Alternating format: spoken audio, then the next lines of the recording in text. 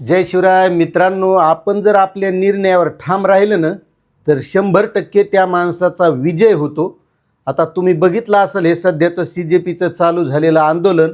आता या आंदोलनाला सरकार नेमकं कसं घाबरलंय आणि कशामुळे नेमका धर्मेंद्र प्रधानांना राजीनामा देण्याची वेळ शेवटी 36 दिवस आंदोलन चालल्याच्या नंतर सरकारला धर्मेंद्र प्रधान यांचा राजीनामा घ्यावाच लागला।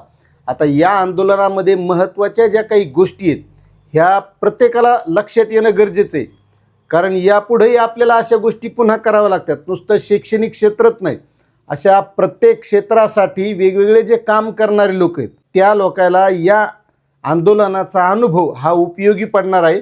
यामध्ये नेमकं सरकार हे घाबरलंय कसं, कारण 12 वर्ष झालं हे सरकार आहे, या सरकारनं कोणत्याही प्रकारचा कधीच राजीनामा किंवा माघार घेतलेली नाही।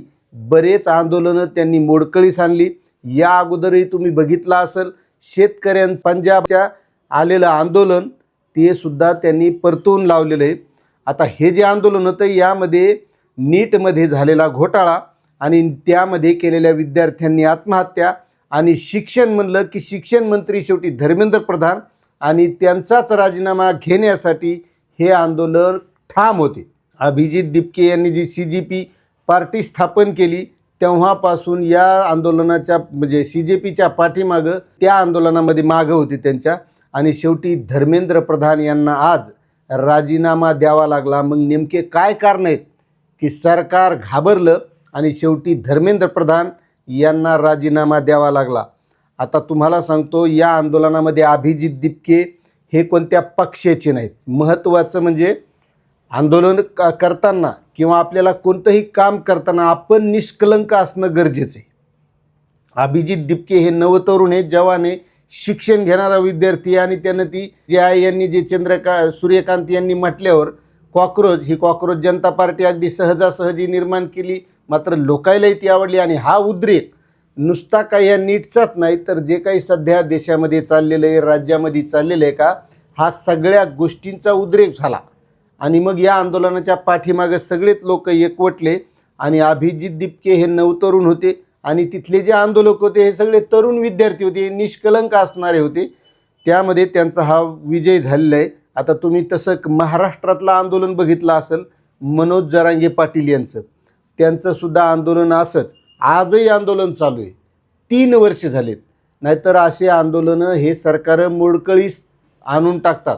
हे सरकार नाही, कोणतंही सरकार असलं तर ते आंदोलन मोडण्याचा प्रयत्न करत असतात। मात्र मनोज जरांगे पाटील यांनी सुद्धा दिल्लीला जाऊन अभिजित दिपके यांच्या आंदोलनाला पाठिंबा दिला आणि वेळ पडली तर महाराष्ट्रातील मराठा समाजसुद्धा दिल्लीला घेऊन मी तिथं बसायला तयार आहे असं त्यांनी पाठिंबा देते वेळेस सांगितलं। आता महत्त्वाचं सांगायचं म्हणजे हे जे काही तरुण होते हे दररोज तिथं 20 ते 30 हजार तरुण त्या आंदोलनात दिसायचे आणि यामुळं तिथं गर्दी वाढत चालली। आणि त्यानंतर 20 जुलैला जो मोर्चा काढला त्या मोर्चावर लाठीचार्ज झाला आणि हा सर्व देशाने पाहिला, हळहळ व्यक्त केली की काय तरुणांना तिथं मारलंय, मुलीला मारलंय, हे सगळा देशात हाहाकार झाला आणि सगळ्या देशानं मग या आंदोलनावर फोकस केलं। आणि राहुल गांधी यांनी सुद्धा त्यांच्या नेतृत्वाखाली वेगवेगळ्या राज्यामध्ये काँग्रेसचे आंदोलन झाली, वेगवेगळ्या राज्यामध्ये विद्यार्थ्याचे आंदोलन झाले। त्यामध्ये महत्त्वाचं म्हणजे भारतीय जनता पार्टीमधले सुद्धा काही लोक या आंदोलनाबाबत बोलू लागले। मुरली मनोहर जोशी हे माजी राष्ट्रीय अध्यक्ष आहेत, ते सुद्धा म्हणाले की या तरुणांचं ऐका। आणि महत्त्वाचं RSSचे प्रमुख मोहन भागवत यांनी सुद्धा सांगितलं की ही जुनी तरुणाई नाही, ही नवी तरुणाई, आणि या तरुणाईचं आपल्याला ऐकावं लागेल। हे पहिल्यासारखं आपण म्हणलो म्हणून मुलं ऐकतात, आज तसे मुलं राहिलेली नाहीत, आपल्याला त्यांचं ऐकून घ्यावं लागेल, त्यांचं नेमकं म्हणणं काय। समजा RSSचे प्रमुखही म्हणाले, भारतीय जनता पार्टीच्याही काही सगळ्याच लोकांना ह्या आंदोलनामध्ये ज्या गोष्टी घडल्या आहेत चांगल्या वाटल्या नाही, मात्र जे लाभाचे पदं घेणार आहेत हेच फक्त आपलं पक्षाची बाजू सांभाळून बोलू लागले। मग इतर जे सर्वसामान्य जनतेतले पक्षाचे प्रत्येक जे कार्यकर्ते आहेत सर्वसाधारण, त्यांच्याही मनात याच भावना होत्या की हे आंदोलन सक्सेस व्हायला पाहिजे, त्यांचा राजीनामाच व्हायला पाहिजे, कारण आपल्याला भविष्य घडवण्यासाठी देशामध्ये शिक्षण व्यवस्था ही चांगली असली पाहिजे। आता नीटचा पेपर फुटला, जर तो फुटलेला कळालाच नसता, यामधून जे होणारे डॉक्टर आहेत मग ज्यानं पेपर आयता पाहून लिहिलेला आहे ते काय भविष्यात डॉक्टर झाले असते? कोणत्याही प्रकारचा अभ्यास नाही, आयता वयता आपला पेपर आला, पाहिला, लिहिला आणि उद्या डॉक्टर. काय त्यानं ऑपरेशन करताना कात्री मधात विसरलं असतं का नाही ते? त्याच्यामुळं हे प्रत्येकाला वाटलं, कारण प्रत्येक जण जे करतोय का तो आपल्या मुलाबाळासाठी करीत असतो. कोण कोणत्या पक्षाचा आहे, भाजपचा आहे, राष्ट्रवादीचा आहे, काय नाही. हे फक्त जे काही लोक पक्षाकडून आपल्याला पदं भेटत आहेत, फायदा भेटतो म्हणून हे फक्त जी करीत राहतात. मात्र बाकी जनतेला काय घेणे? शेवटी त्याला बी मुलाबाळासाठीच करायचं आहे ना. त्यामुळं आणि दुसरी गोष्ट पुन्हा क्रिकेटपटू असेल, खेळाडू असेल, सगळ्यांनं सोशल मीडियाच्या माध्यमातून या आंदोलनाला पाठिंबा दिला. सोशल मीडियावर जे काम करणारे त्या बऱ्याच जणांनी माझ्यासारख्यांनी सुद्धा त्या आंदोलनाला पाठिंबा दिला. कारण प्रत्येकाच्या या गोष्टी लक्षात येऊ लागले की या गोष्टीबाबत अतिरेक व्हायला सरकारचा. कारण त्यांची मागणी रास्त आहे. राजीनामा देणं म्हणजे काय लई मोठी गोष्ट नाही.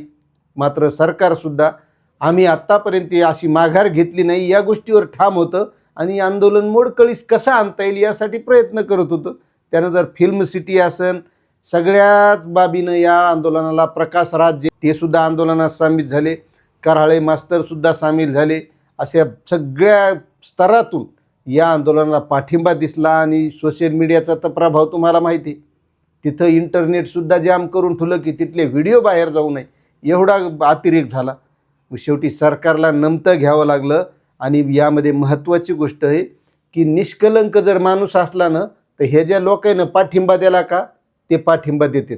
आणि जर समजा हेच आंदोलन मी पक्षाचं कोणत्या नाव घेणार नाही पक्षाचं असतं तर जनताही लक्षात घेते की हे पक्ष कोणत्या चवीचे राहिलेत आणि हे पक्ष कशा धडाचे राहिलेत.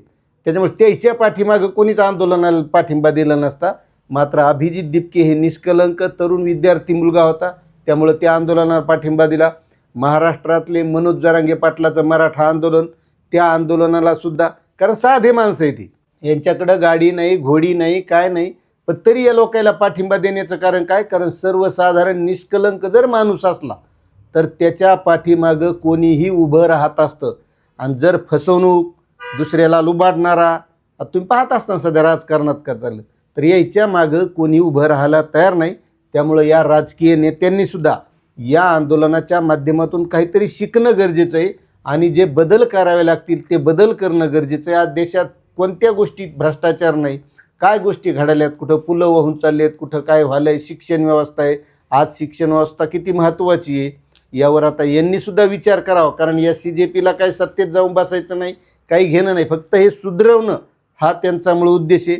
आणि पुन्हा त्यांच्या काही मागण्या आहेत. ज्या विद्यार्थ्यांनी आत्महत्या केलेत त्यांना 1 कोटी रुपये मदत मिळावी ती मागणी आहे.